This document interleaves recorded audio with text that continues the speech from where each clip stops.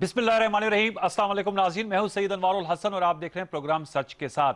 नाज़रीन, रमज़ान शरीफ का चांद नज़र आ गया है। तमाम पाकिस्तान टेलीविजन न्यूज़ देखने वालों को प्रोग्राम सच के साथ की टीम की जानिब से माह रमज़ान की बहुत बहुत मुबारक हो। इंशाअल्लाह कल मुल्क भर में पहला रोज़ा रखा जाएगा। अल्लाह ताला से दुआगो हैं कि इस माह मुबारक में हमें इबादत करने और इसकी बरकतें और नेमतें समेटने की तौफीक और इस्तिताअत अता फरमाए। आमीन सुम आमीन। एक अच्छी पेशरफ्त है कि पेशावर से कराची तक तमाम पाकिस्तानी मुसलमान रोज़ा एक दिन रखने जा रहे हैं। इस पर आगे चल के हम जरूर गुफ्तगू करेंगे मरकज़ी रूयत-ए-हाल कमेटी के चेयरमैन साहब से और उनसे जानेंगे कि 17-18 साल बाद रूयत-ए-हाल कमेटी का इजलास पेशावर में हुआ है और उसके समरात भी हमारे सामने आए हैं। एक बहुत अहम महीना है। अल्लाह ताला से हम ये भी दुआ करेंगे कि कोरोना वायरस की जो तीसरी लहर है, इस महीने में अल्लाह ताला अपनी बरकतें निछावर करे और पाकिस्तान से और पूरी दुनिया से कोरोना वायरस की तीसरी लहर के जो हवलनाक नताइज सामने आ रहे हैं, इस मूजी मर्ज का खात्मा कर दे। अब प्रोग्राम के मौज़ूआत की जानिब हम बढ़ेंगे। आज वज़ीर आज़म इमरान खान साहब की सरबराही में वफाकी काबीना का इजलास हुआ, जिसमें मुल्क की सियासी, मुआशी और सिक्योरिटी सूरत हाल पर बहस हुई। 27 नुकाती एजेंडा था जो ज़ेर गौर आया। वफाकी काबीना के इजलास की तफसीलात शेयर करते हुए वफाकी वजीर जनाब फवाद चौधरी साहब ने इसकी तफसीलात शेयर की और उन्होंने बताया कि आज वफाकी काबीना को असद उमर साहब जो NCOC के सरबराह हैं, उन्होंने कोरोना वायरस की तीसरी लहर के हवाले से आगाह किया और उन्होंने कहा कि जो आइंदा के 2 हफ्ते बहुत क्रिटिकल हैं, इस वबा पर अगर काबू ना पाया गया या इसके ट्रेंड में कमी ना लाई गई तो फिर हालात मजीद बिगड़ सकते हैं और बलूचिस्तान और सिंध, जो कि अब तक जहां पर पॉजिटिविटी रेट कम रहा बनिस्बत पंजाब, खैबर पख्तूनख्वा, इस्लामाबाद और आज़ाद जम्मू कश्मीर के, वहाँ भी बढ़ने के इम्कानात हैं। इसके साथ साथ उन्होंने ये भी बताया कि रमज़ान शरीफ में SOPs को फॉलो करने के हवाले से भी बातचीत हुई। फिर एक अहम नुकता जो उनके सामने आया कि आज वफाकी काबीना के इजलास में mid term strategy budgetary paper जो है उसकी भी मंजूरी की गई। PDM के हवाले से फवाद चौधरी साहब का ये कहना था कि पाकिस्तान डेमोक्रेटिक मूवमेंट का जो इतिहाद था, जो बयानिया था, अब वो ख़त्म हो गया है और उन्होंने कहा कि अब वक्त आ गया है कि हम इस्तीफ़ों की सियासत के बजाय इस्लाहात की सियासत की तरफ आगे बढ़ें। और उन्होंने ऑफर की कि PDM में शामिल जमातें, पीपल्स पार्टी तो अब ज़ाहिर बात है नहीं रही, ना अवामी नेशनल पार्टी, लेकिन उनसे भी हुकूमत बात करने के लिए तैयार है। मुस्लिम लीग नवाज, जमीयतुल इस्लाम, फजल रहमान ग्रुप और जो दीगर जमातें जिनकी पार्लिमान में नुमाइंदगी है, उनसे बातचीत करने के लिए तैयार हैं। इस पर जरूर गुफ्तगू करेंगे। उनसे सवाल पूछा गया कि जो मजहबी सियासी जमात की जानिब से एहतजाज किया जा रहा है, जिसकी वजह से आम लोगों को पाकिस्तान की तूल अर्ज में मुश्किलात का सामना है, इस हवाले से उनका कहना था कि कोई भी कुव्वत हो वो रियासत से बालातर नहीं है। व्यूअर्स, पहले हाफ में इन हवालों से गुफ्तगू करेंगे। 2 इंतहाई मुमताज शख्सियत हमारे साथ शरीक गुफ्तगू हैं, उनसे आपका तारुफ करा देते हमें बहुत खुशी है। वी आर वेरी थैंकफुल कि डॉक्टर रसूल बख्श रईस साहब ने हमें ज्वाइन किया स्काइप पे। हम उनके शुक्रगुजार हैं। डॉक्टर रसूल बख्श रईस साहब, आपका बहुत शुक्रिया। फैजुल्लाह कमोका साहब हमारे साथ मौजूद हैं, मेंबर कौमी असम्बली हैं, पाकिस्तान तहरीक इंसाफ से आपका ताल्लुक है, कौमी असम्बली की कायमा कमेटी बराए फाइनेंस के चेयरमैन है। आप दोनों मौजूद मेहमानों को फॉर्म वेलकम। मैं आप दोनों को, जैसे सब पूरी कौम को, आपको भी रमजान शरीफ की मुबारकबाद। डॉक्टर रसूल बख्श रईस साहब, सर आपसे गुफ्तगू का आगाज करूंगा। PDM के हवाले से फवाद चौधरी साहब का कहना था कि PDM जो है, अब जो हुकूमत को घर भेजने का उनका बयानिया था वो तो अब दफन हो गया है, लिहाजा अब इस्लाहात की तरफ जो है वो अपोजिशन को रजू करना चाहिए। हुकूमत जो है वो तैयार बैठी है, चाहे इंतखाबी इस्लाहात हैं या दीगर शोबों में जो इस्लाहात हैं। आपसे मैं जानना चाहूंगा आपका सियासी तज्जिया क्या है? हुकूमत रिलैक्स नजर आ रही है, PDM के अंदर तोड़ फोड़ है? आज भी मौलाना फजल रहमान साहब ने कहा है कि मौका देना चाह रहे हैं पीपल्स पार्टी और MP का कि अगर वो रजू करना चाहते हैं PDM से तो करें, वगरना उन्होंने कहा कि अगर मुआहदे की या इत्तेफाक के राय की रूगर्दानी की गई उसकी वजाहत बनती है। क्या कहेंगे डॉक्टर रसूल बख्श रईस साहब, वे फॉरवर्ड क्या है पॉलिटिकली स्पीकिंग? मेरा ख्याल ये है कि शुरू से ही हुकूमत के और जिस तरीके से बनाई गई और जिस तरीके से रह गई कि एक जमहूरी और मुंतखब हुकूमत को दिया जाए, वो कोई बड़ा मकसद नहीं हो सकता। तो क्या आवाज है और लगातार लोगों ने रिजेक्ट किया, रद्द किया, अब मैं उनको मकबूली और हुकूमत के लिए तो है। डॉक्टर साहब आपको अब दोबारा सर आपको कनेक्ट करते हैं, आपकी आवाज थोड़ी ब्रेक हो रही है रसूल बख्श रईस साहब। सर दोबारा मैं लौट के आऊंगा। फैजुल्लाह कमोका साहब, सर मैं आपसे जानना चाहूंगा क्या कहेंगे सर आप इस हवाले से बताइएगा। फवाद चौधरी साहब कह रहे थे कि हुकूमत चाहती है कि आप इस्लाहात की तरफ बढ़ा जाए, इस्तीफों की सियासत जो है वो खत्म हो गई है। फैजुल्लाह कमोका साहब, क्या जवाब मुतवक्की हो सकता है अपोजिशन की जानिब से? जी, फवाद चौधरी साहब ने बड़ी अच्छी बात कही है। और इससे पहले वजीर आजम पाकिस्तान ने एक खत लिखा स्पीकर कौमी असम्बली के नाम जी, और उनसे कहा कि आप तमाम जो सियासी जमातें हैं उनको ऑन बोर्ड लें और जो इंतखाबी इस्लाहात हैं उसके ऊपर जो है वो सब जमातों को आप बिठाएं और इंतखाबी इस्लाहात के हवाले से कोई बिल लेके आएं, ताकि ये जो अब सेनेट के इलेक्शन पे जो पाकिस्तान तहरीक इंसाफ का एक मौकिफ था उसकी जीत हुई।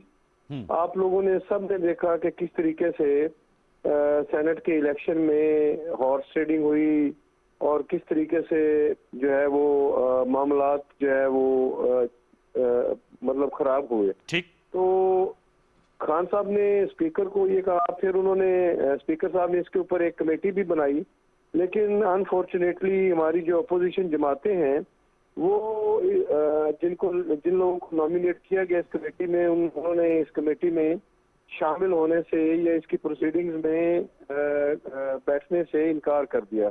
ठीक। तो हुकूमत तो चाहती है कि मुल्क के अंदर इस्लाहात का जो एजेंडा है उसको नाफिज किया जाए, साफ शफाफ इंतखाबात हों, किसी की भी जो है इसमें कोई फैजुल्लाह मुदाखलत ना कमोका साहब, हो। आप समझते हैं कि ये जो ऑफर है ये मीडिया की थ्रू हो, या आप समझते हैं कि ये उन जमातों से बराह रास्त राब्ता करके उनको अप्रोच किया जाए? और क्या अब ये स्ट्रेटेजी होगी कि एएनपी और पीपल्स पार्टी जो पीडीएम से अलहदा हो गए हैं उनसे अलहदा बात की जाएगी और पीडीएम में शामिल जमातों से अलहदा बात की जाएगी? देखिए, अब अगर देखा जाए तो उसूली तौर पे तो जो हमें जमातें नजर आती हैं हाउस के अंदर जी, उसमें पीपल्स पार्टी और एएनपी एक पेज पे हैं और मौलाना फजलुर रहमान साहब की जमात जेयूआई और मुस्लिम लीग नून दूसरे पेज पे हैं। बाकी जमातें जो हैं वो आपको भी पता है कि उन जमातों की क्या पोजीशन है। ठीक। ईवान में तो यही जमातें हैं। तो इन सबको दावत दी गई। सबसे मोतबर शख्सियत हैं स्पीकर कौमी असम्बली, जो कि एक अनबायस शख्सियत होती है और हाउस में उसने सबको साथ लेके चलना होता है। तो असद कैसर साहब बड़े अच्छे तरीके से ये जिम्मेदारी निभा रहे हैं। उन्होंने सब लोगों को ठीक है सर, मैं दोबारा लौट के आता हूं। मेरा आपकी इजाजत से डॉक्टर रसूल बख्श रईस साहब से राब्ता दोबारा से हमारा बहाल हो गया। डॉक्टर साहब अस्सलाम वालेकुम। सर मेरी आवाज आ रही है सर आपको?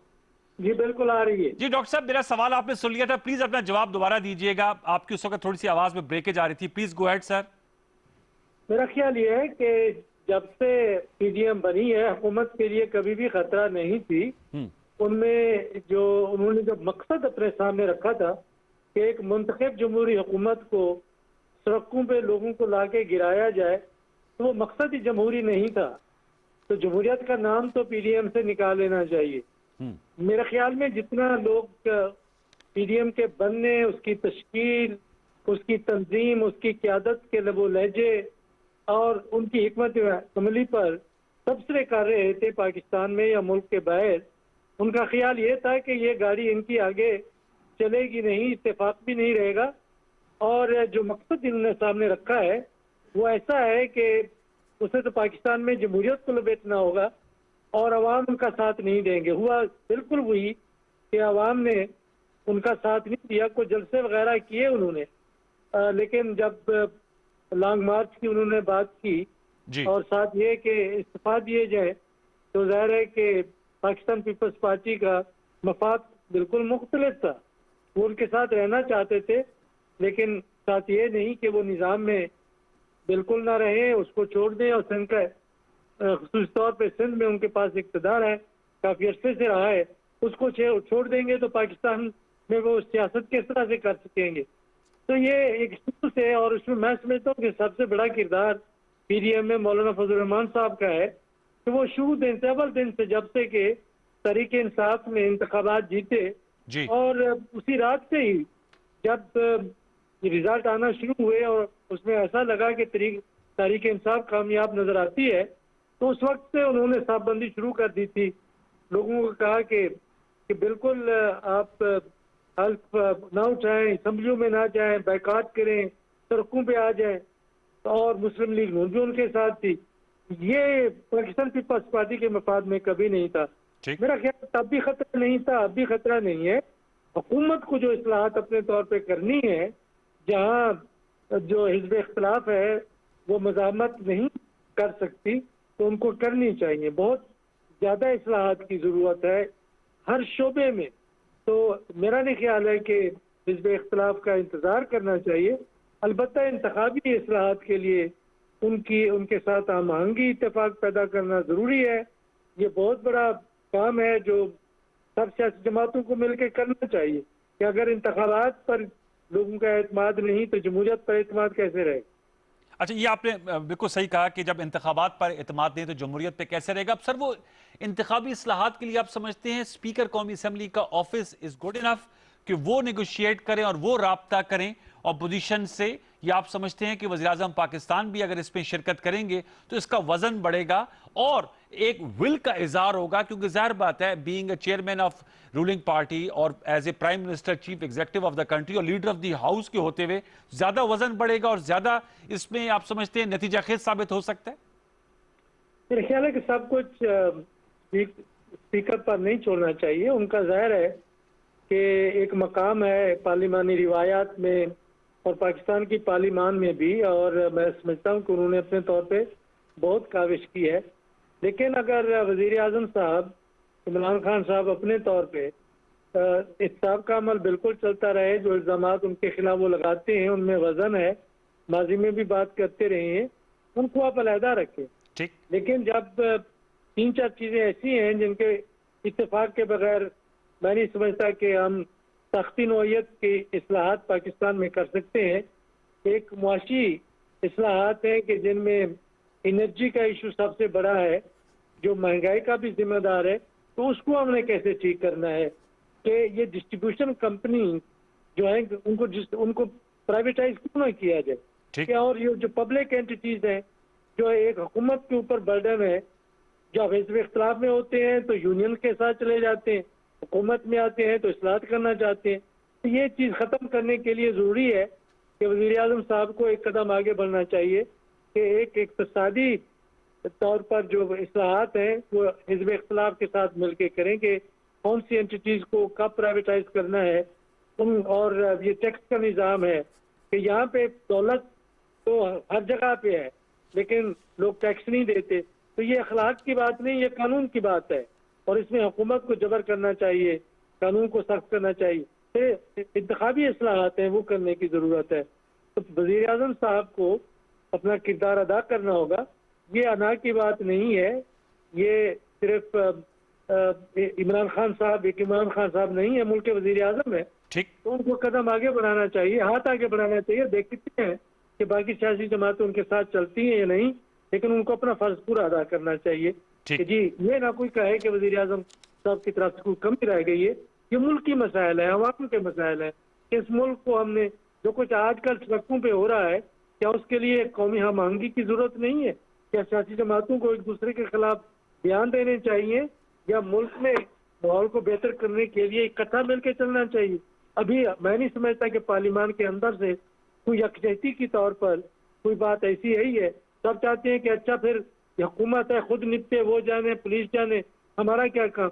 ये तो ये देखिए इस तरह से सियासी निज़ाम नहीं चलते। ठीक। कि जो मुल्क की मसाइल है उनके ऊपर इत्तेफाक जरूरी हो। बड़ा आपने आप नुकता उठाया, दोबारा आपके पास लौट के आऊंगा मैं। फैज कमोक्का साहब, सर बताइएगा, चूंकि आप कायमा कमेटी बराए फाइनेंस के चेयरमैन भी है और आज काबीना में जो mid term strategy budgetary paper भी पास हुआ, अहम नुकता उठाया है डॉक्टर रसूल बख्श रईस साहब ने कि आपने इस निज़ाम को, मुल्क की मईशत को, समाज को फ्रैक्चर्ड और पोलराइज्ड पॉलिटिकल सिस्टम के साथ आप आगे नहीं बढ़ा सकते।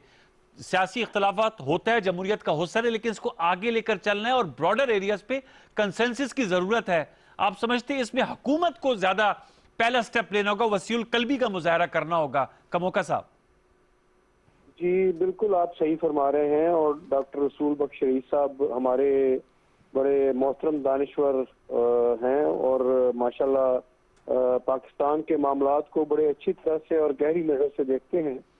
तो बिल्कुल मैं उनकी तमाम बातों की तायीद करता हूँ। जी। और मैं इसमें ये इजाफा करना चाहता हूँ कि वजीर आजम पाकिस्तान ने तो अपनी विलिंगनेस शो कर दी। उन्होंने तो इसके ऊपर जो है वो अपनी राय दे दी। उन्होंने कहा सबसे बड़ा आपको जो है वो एतराज आता है जी कि इलेक्शन ठीक तरीके से नहीं हुए, तो आए सबसे पहले हम आने वाले इलेक्शन के लिए सबसे पहले इंतखाबी इस्लाहात करते हैं। ठीक, उसके लिए उन्होंने स्पीकर साहब को खत लिखा। वो बात हो गई। और मैं मईशत में भी चाहूंगा। सुन लीजिए।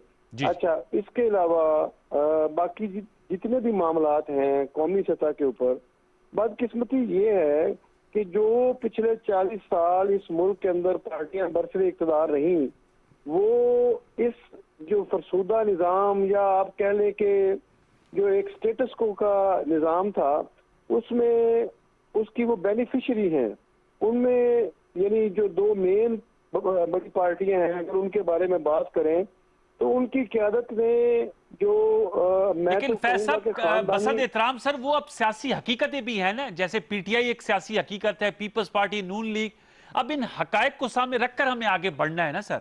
इससे कोई इनकार नहीं है, मैं इनकार नहीं कर रहा। मैं तो ये कह रहा हूँ कि पाकिस्तान तहरीक इंसाफ की तरफ से कोई मामला नहीं होगा, लेकिन जब आप ओवरऑल कंसेंसस की तरफ जाएंगे तो आपको जो इस्लाहात करनी है, आपको जो रिफॉर्म्स लेके आनी है, उसमें आपको अपने इंसाफ का निज़ाम भी बेहतर करना है। ये नहीं हो सकता कि गरीब के लिए एक इंसाफ हो और अमीर के लिए दूसरा इंसाफ हो, ये ऐसा नहीं हो सकता।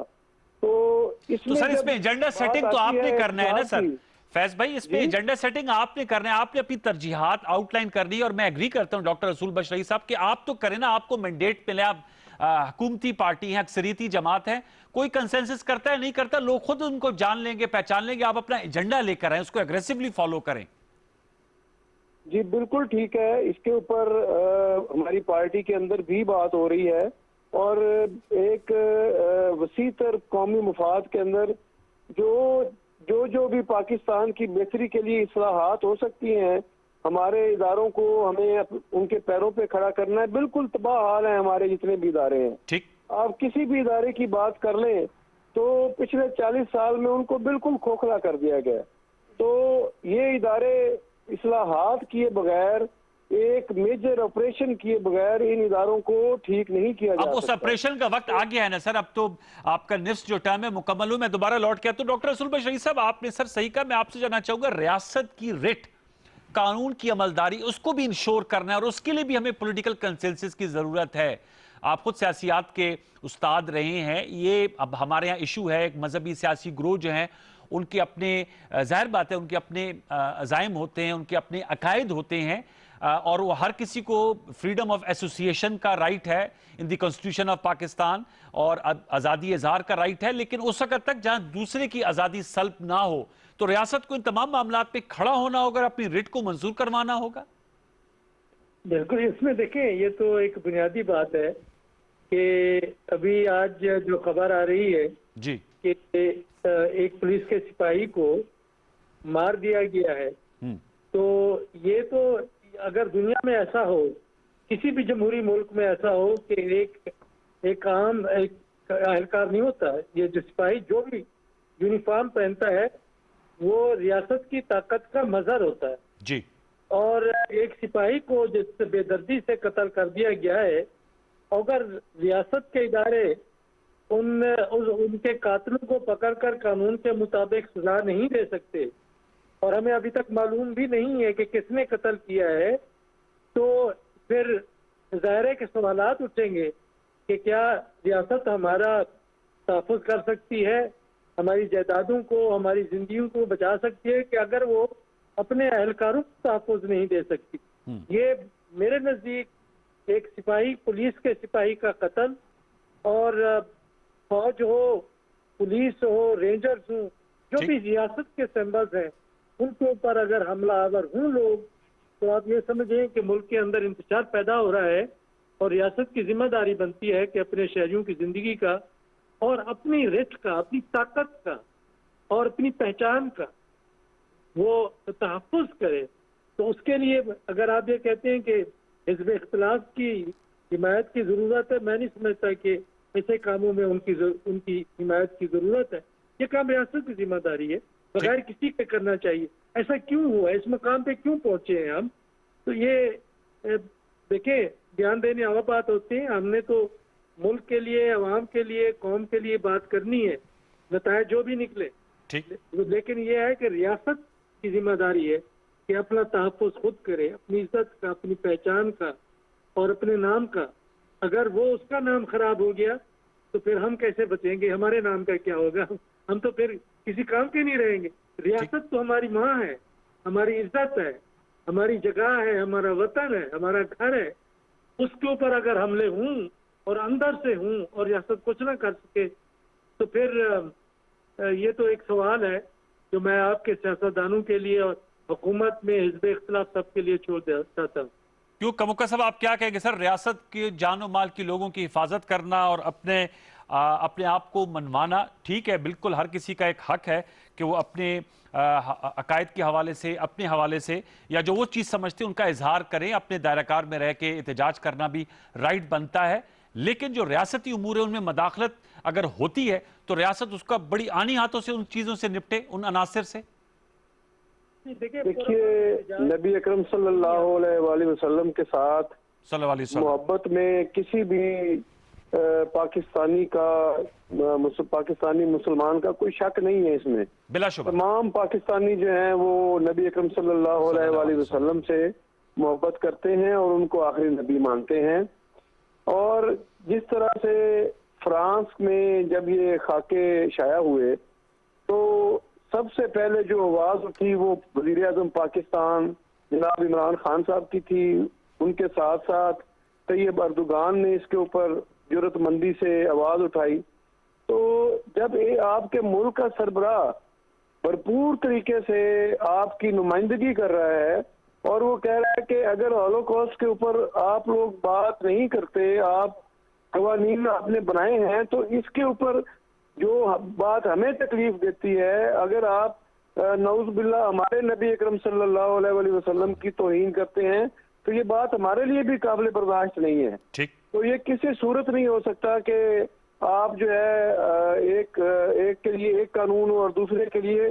तो उन्होंने मगरिब को ये बिल्कुल खुला पैगाम दिया है कि ये दो रंगी नहीं हो सकती, एक ही कानून होना चाहिए सब लोगों के लिए। जहाँ पे हमारी दिल आजारी होती है वहां पे भी लोगों को सजा मिलनी चाहिए। सही बात। तो उसके बाद मैं नहीं समझता कि जब इतने अच्छे तरीके से आपका वज़ीर आज़म आपकी आवाज को पहुंचा रहा हो और वो खुद आप इस वक्त, मतलब मैं ईमानदारी से कहता हूँ, यानी आप देखिए वो मदीना शरीफ में जब उतरे तो उन्होंने पाँव में जूते नहीं पहने हुए थे, तो वो नंगे पाँव मदीना की जमीन के ऊपर उन्होंने पैर रखे।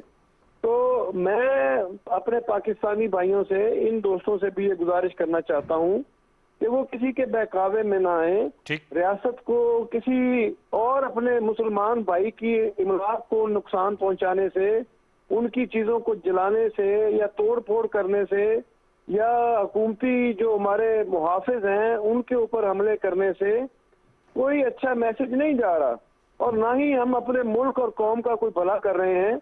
हमें जो है जो भी बात करनी है उसके लिए प्रॉपर फोरम मौजूद हैं। आप गवर्नमेंट को एड्रेस कर सकते हैं, आप उनके साथ बैठ के बात कर सकते हैं और हुकूमत हर तरह से उनकी बात सुनने के लिए तैयार है। जो जायज बात हो हुकूमत उस पर अमल करने के लिए तैयार है। लेकिन ये तरीकाकार बिल्कुल जो है वो रियासत के को जो भी चैलेंज करेगा मेरे ख्याल में वो मुनासिब बात नहीं। ठीक है, मैं डॉक्टर रसूल बशरी साहब आपसे आखिरी कमेंट लूंगा। सर, ये एहतिसाब के निज़ाम को कैसे इस चीज से पाक किया जाए कि जिसके खिलाफ भी एहतिसाब शुरू किया जाता है वो कहते हैं मेरे खिलाफ इंतकाम लिया जा रहा है, अपोजिशन में हो तो वो गिला करते हैं। अब जहांगीर तरीन साहब भी गिलामंद हैं कि टेलीफोन पे FIR काटी जा रही है और वो चाहते हैं कि उनके साथ सही इंसाफ हो। सर, ये एहतिसाब के निज़ाम को कैसे हम अबव बोर्ड कर सकते हैं? लास्ट पे डॉक्टर रसूल साहब। देखिए, ये पाकिस्तान का ये एहतिसाब के अमल का मामला नहीं है और ये कानून का भी नहीं है जी। ये हमारे जो सियासी और समाजी रवैये हैं उनका मसला है। एक तो यह है कि यहाँ पे करप्शन इस मुआशरे में इतना फैला है ये हर सतह पे है। एक किस किस महकमे की हम बात करें, किस किस सतह की हम बात करें, ऊपर से नीचे तक हमारे मुआशरे में करप्शन का राज है। जी लोग उससे तंग हैं, परेशान हैं, लोगों को परेशान करने के बाद पैसे लिए जाते हैं। इससे ज्यादा बुज़दिली, इससे ज्यादा मैं समझता हूँ कि नाइंसाफी क्या हो सकती है कि कोई दे नहीं सकता, तकलीफ में है, उसका काम नहीं होता, मजबूरन उसको पैसे देने होते हैं। टीचर्स को मैं बताता हूँ पंजाब के अंदर और जगहों का मुझे मालूम नहीं, जी पेंशन लेनी हो तो उसके लिए पेंशन बनवाने के लिए पैसे लेते। जिला में जो आप सर, इसका हल क्या है फिर? इसका हल कानून है कि कानून में उनको कानून की गिरफ्त में ले आए। इसलिए ऐसी इस्लाहात करें कि जहां लोग किसी फाइल के ऊपर बैठे ना, कि आपने मुकर्रर कर दें कि इतना 10 दिन के अंदर आपने पेंशन का फैसला करना है। क्यों 3 महीने पड़ा हुआ है, क्यों 1 साल पड़ा हुआ है, क्यों लोगों के ऊपर एतराज लिए टाइम बाउंड जा रहे हैं? किसी को जिम्मेदार होना चाहिए। ये काम करने के लिए क्या क्या, क्या कोई ज्यादा वक्त चाहिए? ये चीजें तो हुकूमत ये भी कर सकती है, उससे पहले वाली हुकूमतें भी कर सकती हैं। तो जहाँ पे इतना ज्यादा बन जाए तो फिर जाहिर लोग अपने दिफा में एक ही बात कह सकते हैं, खास तौर पे जिनके पास इक़्तिदार रहा है और जिन्होंने माल पानी बनाया है और पहाड़ बनाए हैं, पहाड़ करप्शन से सोने के। तो उनसे जब पूछते हैं तो कहते हैं इंतकाम हो रहा है। किसी से कह रहे हैं, कोई हो हुकूमत के बंदे का कोई बंदा पकड़ा जाए, वो कहते हैं इंतकाम हो रहा है, नाइंसाफी हो रही है। जी जी तो ये मैं समझता हूँ कि ये जो मुकालमा है और ये फिक्रा है और ये अंदाज है अपने दिफा का, ये अहमियत खो चुका है। इसमें मेरे ख्याल में इसकी कोई अहमियत नहीं है। वो कहते रहे, लेकिन आपका हिसाब का अमल नहीं चल सकता जब तक कि अदलिया फैसले पर वक्त न करे। और अगर कन्विक्शन रेट कम हो, उसमें सिर्फ अदलिया का कसूर नहीं, उसमें जो प्रोसिक्यूशन वाले हैं, ठीक कह रहे हैं, वो अगर केस सही नहीं बनाते, ठीक है, आपने बिल्कुल बहुत अच्छी तरह आता किया। सर, वक्त मेरा खत्म हुआ जाता है। डॉक्टर रसूल बख्श रईस साहब, फैज कमोका साहब, अब दोनों मौजूद मेहमानों का बहुत शुक्रिया। आपने बिल्कुल सही पते की बात की कि बर वक्त फैसले हों, प्रोसिक्यूशन तगड़ा हो, ताकि अगर किसी पे एक इल्ज़ाम है वो साबित हो, वगरना वो जल्द छूट जाए। व्यूअर्स, ये पहला हमारा सेगमेंट था। ब्रेक पे जाएंगे, ब्रेक के बाद आएंगे तो बरतानिया से जो हमें खबरें आ रही हैं वो मेरे नज़दीक तो तशवीशनाक हैं। पहले हमें रेड लिस्ट में डाल दिया गया पाकिस्तान को कोविड-19 के हवाले से, अगरचे पाकिस्तान में जो थर्ड वेव है, और हमें एनसीओसी ने बताया, ब्रीफ किया था मीडिया को, यूके वेरिएंट की वजह से मीरपुर, आज़ाद कश्मीर, पंजाब और फिर खैबर पख्तूनख्वा और इस्लामाबाद में फैला है। यानी यूके से जो हमारे पाकिस्तानी बहन भाई आए, वहां का वायरस आया और उससे तीसरी वेव की तबाही मचाई हुई है। लेकिन शूमिए किस्मत के हमें रेड लिस्ट में डाल दिया गया है उन ममालिक के जो कि बरतानिया में नहीं आ सकते, और अगर आएंगे तो उनको 10 दिन क्वारंटाइन करना होगा अपने खर्चे पे। उसके बाद 21 ममालिक की जो हाई रिस्क लिस्ट है अब उसमें शामिल कर दिया है पाकिस्तान को, जो कि ज़्यादा उनके मुताबिक एक्शन नहीं लेते against money laundering and terror financing. अजब मामला है, इस पर गुफ्तगू करेंगे। दफ्तर खारजा का इस पर ओपिनियन आ चुका है, उसके पैराए में गुफ्तगू करेंगे। छोटा सा वक्त, दोबारा लौट कहते हैं, हमारे साथ रहिए।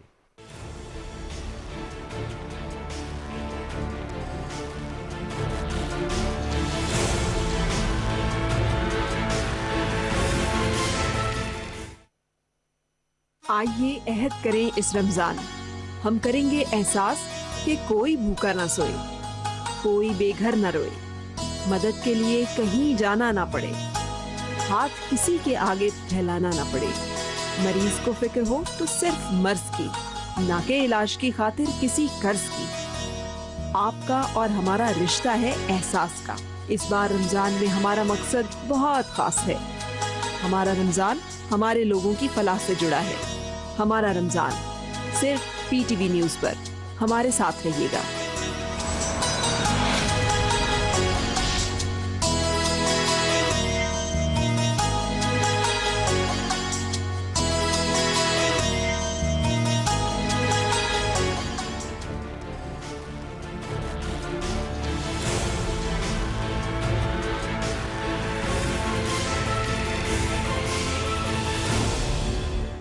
Welcome back viewers. हमें लंदन से बरतानिया से ज्वाइन किया है मेंबर ऑफ पार्लियामेंट है बरतानिया के अफजल खान साहब। हम उनके बहुत शुक्रगुजार हैं कि हमारे साथ मौजूद हैं। अफजल साहब, अस्सलाम वालेकुम। जी वालेकुम सलाम भाई। अफजल साहब, आपको रमजान शरीफ की मुबारकबाद। बरतानिया में तो आज पहला रोजा होगा।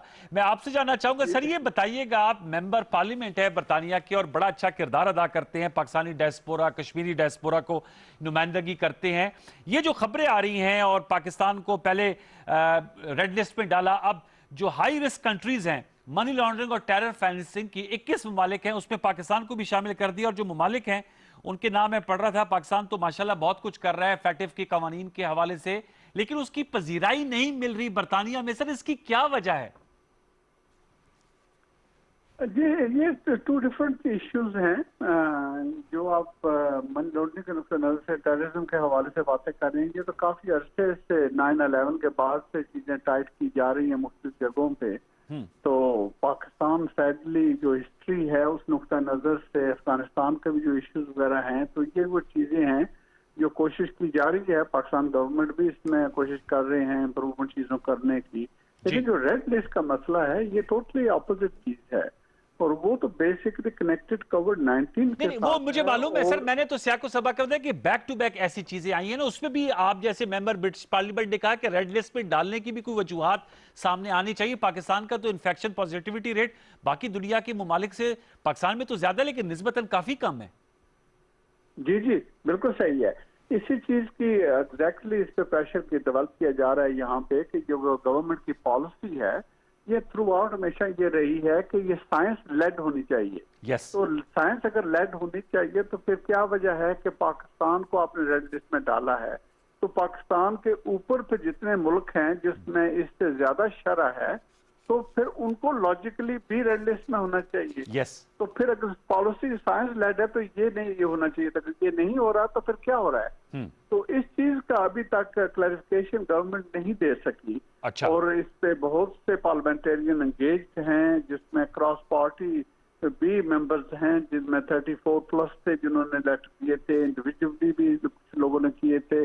जो हमारी APPG हैं जिसका कनेक्शन पाकिस्तान के साथ है, उनसे भी उन्होंने भी लेटर वगैरह लिखे हैं और कोशिश की जा रही है कि मिनिस्टर के साथ इस पे मीटिंग की जाए। ठीक है, वो तो आगे सर। आप सर दूसरे नुक्ते पे आते हैं। ये जो आपने कहा कि जाहिर बात है दूसरा मामला है, ये जो सर हाई रिस्क कंट्रीज की लिस्ट में डाला है पाकिस्तान, दफ्तर खारजा का जो बयान इस पे आया है पीर को, वो मेरे सामने है, और उन्होंने कहा है कि पाकिस्तान तो तवक्को करेगा कि ये जो फैसले किए जा रहे हैं ये मेरिट पे हों और ये पॉलिटिकली मोटिवेटेड या ऐसे ना हो जो ख्वाहिशात के ताबे नजर आए। 2 साल से पाकिस्तान ने चाहे वो इदारा जाती हो, इंतजामी हो, कानूनी हो, एंटी मनी लॉन्ड्रिंग और काउंटर टेररिज्म फाइनेंसिंग में इकदाम उठाए हैं। मेरा सवाल था इसकी पजीराई क्यों कर नहीं मिल रही, और क्या आप भी समझते हैं कि इस फैसले पे नजरसानी की जाए?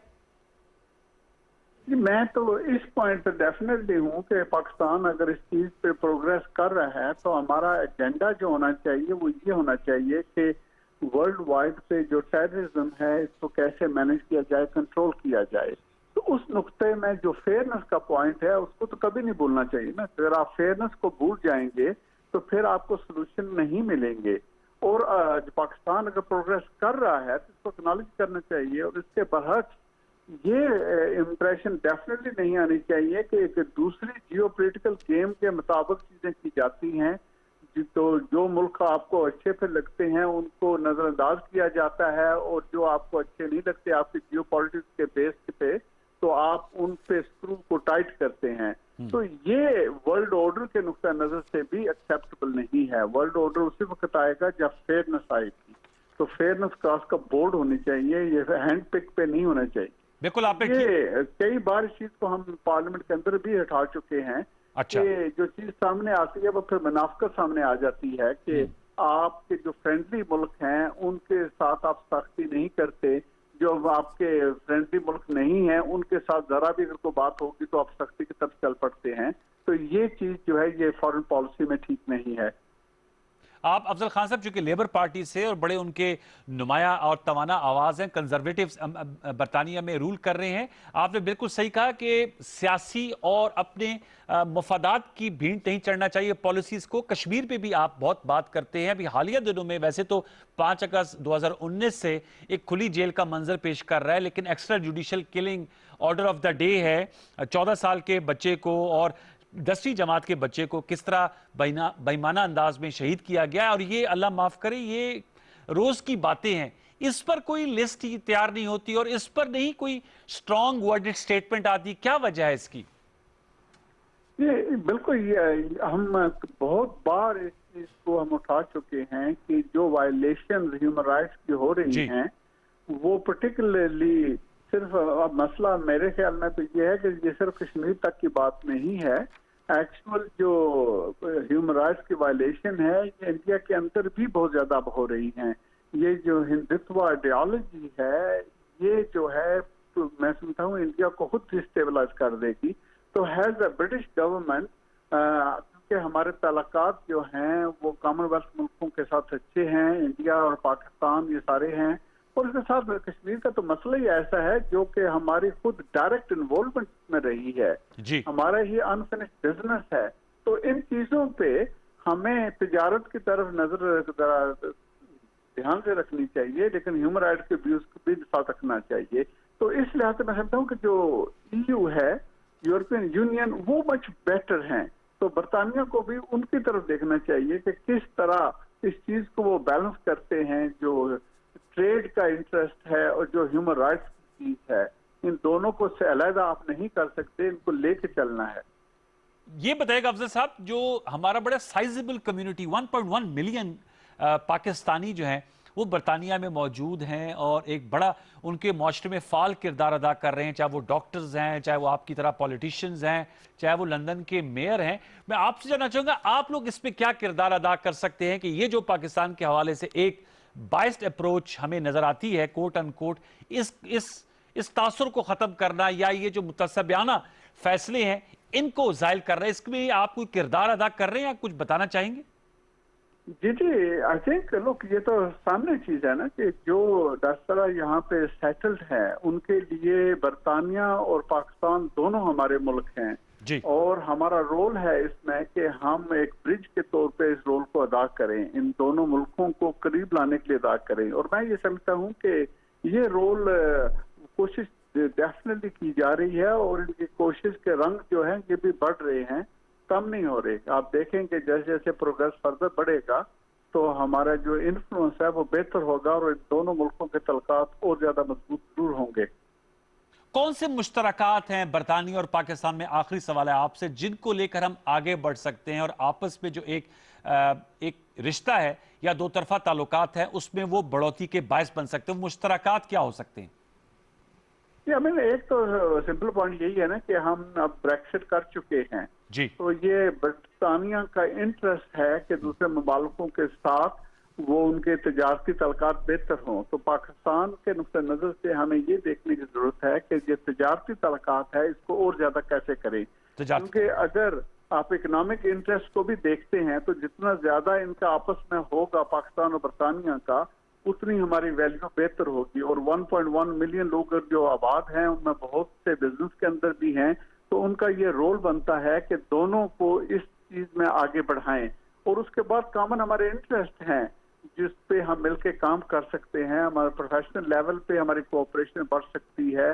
इसी तरह हमारी टूरिज्म का नुक्ता नजर है, पाकिस्तान के पास बहुत ही प्यारे इलाके हैं और अमेजिंग कल्चर है, रिचनेस है जिसको एक्सप्लॉइट किया जा सकता है ताकि इस सारे एरिया को बढ़ाएं, ताकि ज्यादा से ज्यादा हमारे जो कनेक्शन है डायस्पोरा से बढ़ के जो इंडिजिनस कम्युनिटी है उनका भी कनेक्शन डेवलप किया जाए।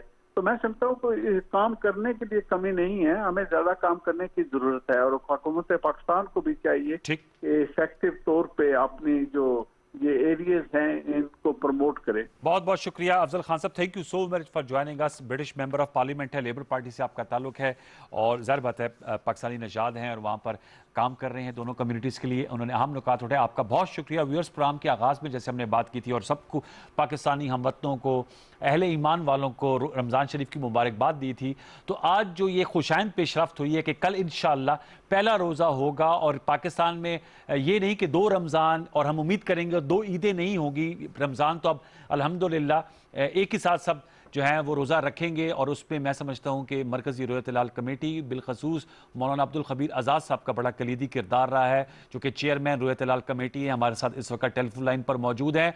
मौलाना साहब अस्सलाम वालेकुम। वालेकुम अस्सलाम व रहमतुल्लाहि व बरकातहू। मौलाना साहब, आपको एक तो मुबारकबाद, पूरी कौम को मुबारकबाद रमज़ान शरीफ की। आपने एक अच्छा, एक इत्तेफाक राय से फैसला कराया और बड़ी अच्छी बात है कि जहां पूरे जो मुसलमान हैं पाकिस्तान में बसने वाले, वो इकट्ठा रोज़ा रखेंगे। और ये बात बड़ी महसूस की जाती थी लेकिन कुछ हो नहीं पा रहा था। बताइएगा कैसे आपने ये किया और ये जहन में कैसे आया कि रूत लाल कमेटी का इजलास जो 17 या 18 साल बाद गालिबन पेशावर में हुआ, और आपने पोपल जई साहब को भी कैसे मनाया, जरा ये तो बताइएगा हमें, पीटीवी के व्यूअर्स को। बिस्मिल्लाहिर्रहमानिर्रहीम। सबसे पहले तो मैं अल्लाह तबारक व तआला का शुक्रगुजार हूँ जी। और मैं ये समझता हूँ जब इंसान इखलास से, नीयत के साथ बढ़ता है तो अल्लाह ताला की मदद उसके साथ शामिल हाल होती है। और वो मैंने मदद अल्हम्दुलिल्लाह इन 3 महीनों में देखी है और आज के इस फैसले में देखी है। अल्हम्दुलिल्लाह हमने बलूचिस्तान में, सिंध में, पंजाब में और फिर खैबर पख्तूनख्वा में तमाम उलमा के साथ जो है मुलाकातों के सिलसिले को जारी रखा। और बिलखसूस यहाँ पे मैं हजरत मुफ्ती शहाबुद्दीन पोपल जई साहब की बात करना ज़रूरी समझता हूँ। और पेशावर और खैबर पख्तूनख्वा के लोग ये कहते थे कि हमारी शहादत और हमारी बात को नहीं माना जाता जी। तो मैंने इसी चीज़ को सामने रखते हुए पेशावर के लोगों से और खैबर पख्तूनख्वा के लोगों से वादा किया और इस अज़म का इजहार किया कि इंशाअल्लाह इस दफ़ा हम रमज़ानुल मुबारक का जो इजलास है जी, वो हम खैबर पख्तूनख्वा के सदर मुकाम पेशावर में रखेंगे। और अल्हम्दुलिल्लाह अल्लाह तबारक व तआला के फजल से अल्लाह ने फिर ये मेहनतें जो हम कर रहे थे उसको रंग दिया और वो रंग लाई।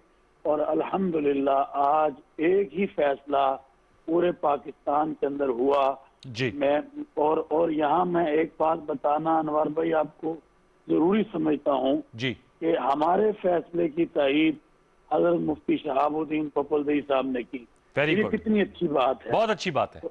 तो इंशाअल्लाह अज़ीज जैसे हम रमजान में इकट्ठे हुए हैं, जी। मैं तमाम अहले इस्लाम को, पाकिस्तान के लोगों को रमजान की आमद पर मुबारकबाद पेश करता हूँ। मगर मैं ये समझता हूँ कि जैसे हम यहाँ पर रमजान में इकट्ठे हुए हैं, हमारी इंशाअल्लाह अज़ीज ये जद्दोजहद जारी रहेगी और हमारी कोशिश होगी कि हम ईद पर भी इस तरह का इत्तेफाक पैदा करें ताकि मुल्क के अंदर एक वहदत हो। जैसे आज पेशावर से पूरे मुल्क को और पाकिस्तानी कौम को एक वहदत का पैगाम गया है, क्योंकि ये प्लेटफार्म वहदत का है। और मैं यहाँ पर हुकूमत पाकिस्तान का, जनाब वज़ीर आज़म पाकिस्तान का और फिर वजारत मजहबी अमूर का, इन्होंने एक अच्छा माहौल हमें फराहम किया। और मैंने रात दिन एक किया कि मैंने कहा कि ये जो 18-20 साल में और नहीं हुआ पेशावर में इजलास, इसको भी करेंगे।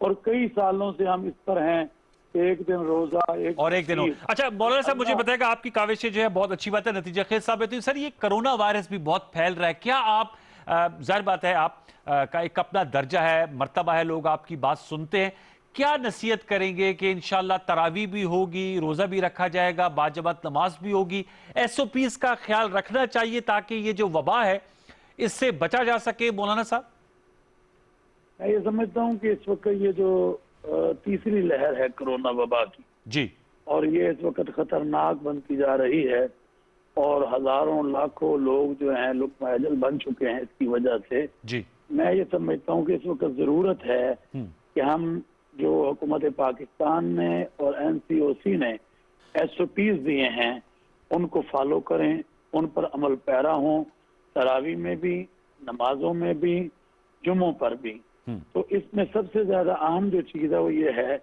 कि मास्क का इस्तेमाल ना छोड़ें जी। और दूसरी जो चीज इसमें अहम है वो है समाजी फासला बरकरार रखें। और तीसरी चीज ये है कि अल्लाह के सामने हम गिड़गड़ाएं। ये रमजानुल मुबारक का महीना अल्लाह को मनाने का महीना है। बिल्कुल। अगर हमने तौबा इस्तगफार की और हुकूमत पाकिस्तान और वजारत मजहबी अमूर ने एक लेटर जारी किया है कि ये जो पहला जुमा होगा ये तौबा इस्तगफार पर होगा, ठीक। और मैं ये समझता हूँ कि इस जुमे को हमें तौबा इस्तिग़फ़ार के हवाले से मनाना चाहिए और अल्लाह ताला के सामने गिड़गिड़ाना चाहिए, ताकि अल्लाह ताला पाकिस्तानी कौम को भी और पूरी की पूरी जो इंसानियत इस वक्त इस वबा की लपेट में है, इसको नजात अता फरमा सके। कुरान करीम में अल्लाह ताला का इरशाद है जी, अल्लाह ताला का फरमान है कि अगर एक इंसान की जान को हमने बचा लिया तो ऐसे है जैसे कि उसने पूरी इंसानियत की जान इंसानियत को बचाए। तो आए हम मिलकर इंशाअल्लाह इन खैर के कामों में बढ़ें और ये अपने आप को भी बचाएं इस कोरोना वबा से और अपनी फैमिली को भी बचाएं, अपने इलाकों को भी बचाएं। वो कहते हैं ना, रमजान एहतियात साथ साथ, तो इस फार्मूले को लेकर आगे इंशाअल्लाह। बहुत शुक्रिया, बहुत नवाजिश। मौलाना अब्दुल खबीर आज़ाद साहब, मरकजी चेयरमैन मरकजी इलेक्टोरल कमेटी, हमसे गुफ्तगू कर रहे थे। व्यूअर्स, आखिर में यही दुआ कि रमज़ान के रोज़े रखिए जो कि बालिग हैं, आकिल हैं और सेहतमंद हैं, और इसमें ज़्यादा से ज़्यादा इबादत भी कीजिए और अल्लाह ताला को, जैसे मौलाना साहब ने कहा, मनाने का महीना है, पूरी कोशिश कीजिए इनफरादी तौर पे, इज्तिमाई तौर पे कि अल्लाह ताला को मनाया जाए और पाकिस्तान में खुशी आए, बेहतरी आए, मईशत के लिहाज से, सियासत के हवाले से, रियासत के हवाले से और कोरोना वायरस से बचाव के हवाले से। प्रोग्राम सच के साथ आपको देखने का बहुत शुक्रिया। इंशाल्लाह फीडबैक अपनी दीजिएगा। कल रात 10:05 में आपसे दोबारा मुलाकात होगी। तब तक के लिए सैयद अनवारुल हसन और सच के साथ की प्रोडक्शन टीम को इजाज़त दीजिए। अपना बहुत सा ख्याल रखिए। अल्लाह ने के बाद।